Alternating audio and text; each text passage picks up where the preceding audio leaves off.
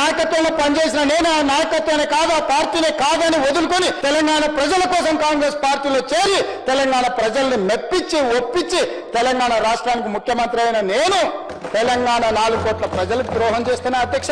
ఆనాడు వారి నాయకత్వంలో ఉన్నప్పుడు తెలంగాణ బిల్లు వస్తే ఇదే బట్టి విక్రమార్క గారు ఆ కుర్చీలో కూర్చున్నప్పుడు 54 నిమిషాలు చంద్రబాబు నాయుడు గారు అక్కడ కూర్చుంటా 3వ బెంచ్లో నించున్న నేను తెలంగాణ కోసం ఏం మాట్లాడినో సజీవ సాక్షి ఈ చట్టసభలలో రికార్డులను ఒకసారి తిరిగేయండి అధ్యక్ష.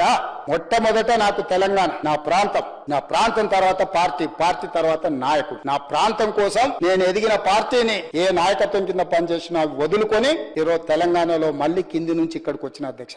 ఎవరైనా అన్నం తినేవాడు, ఎవరైనా తెలంగాణ చీము రక్తం ఉన్నవాడు తెలంగాణ ప్రజలకు ద్రోహం చేసి ఈ ప్రాంత తాగునీరుని సాగునీరుని ఆంధ్రాకు తాకట్టు పెడతారా అధ్యక్ష?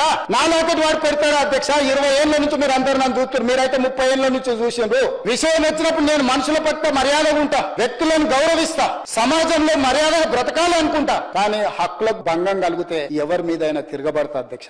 ఈ రోజు తెలంగాణ నీటి హక్కుల కోసం నిలబడి కొట్లాడి వ్యూహాత్మకంగా ఎత్తుగడలతో తెలంగాణకు నీళ్లు సాధించాలి, ప్రాజెక్టులు పూర్తి చేయాలి, ఈ తెలంగాణ సస్యశ్యామలం చేయాలి. పాలమూరు బిడ్డ నల్లమల అడవుల నుంచి వచ్చి ఆ ప్రాంతానికి రేపు చచ్చిన రోజు ఆ మట్టిలో కలిసే రోజు ఏం సమాధానం చెప్పాలన్న ఆలోచనతోటి ఈ రోజు పాలమూరు రంగారెడ్డి ఎత్తిపోతల ప్రాజెక్టును పూర్తి చేయడానికి నేను కంకణం కట్టుకొని బయలుదేరితే తాడు బొంగరం లేని ప్రతి వాడు ఈ రోజు ఏదో ఒకటి మాట్లాడతాడు.